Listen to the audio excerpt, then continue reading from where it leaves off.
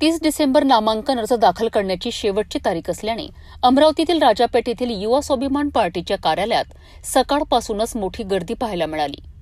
महानगरपालिका निवडणुकीच्या पार्श्वभूमीवर युवा स्वाभिमान पार्टीकडून अधिकृत उमेदवारांना एबी फॉर्म वाटप करण्यास सुरुवात करण्यात आली आहे।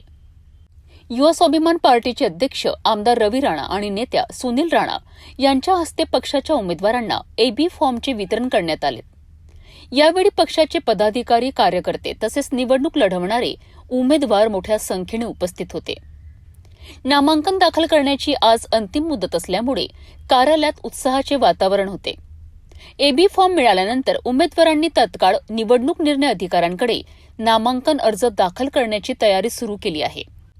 युवा स्वाभिमान पार्टी सर्व प्रभागांमध्ये सक्षम व लोकाभिमुख उमेदवार मैदानात उतरवत असल्याचा विश्वास पक्ष नेतृत्वाकडून व्यक्त करण्यात आला आहे। महानगरपालिका निवडणुकीत युवा स्वाभिमान पार्टी ताकदीने लढणार असल्याचे संकेत या एबी फॉर्म वितरणातून स्पष्ट झाले आहेत। महानगरपालिकेच्या नामांकन अर्जाकरिता आता अवघा थोडासा अवधी जो आहे शिल्लक उरलेला आहे आणि आता युवा स्वाभिमान पार्टीकडून सर्व उमेदवारांना एबी फॉर्म वाटण्यात सुरुवात झालेली आहे।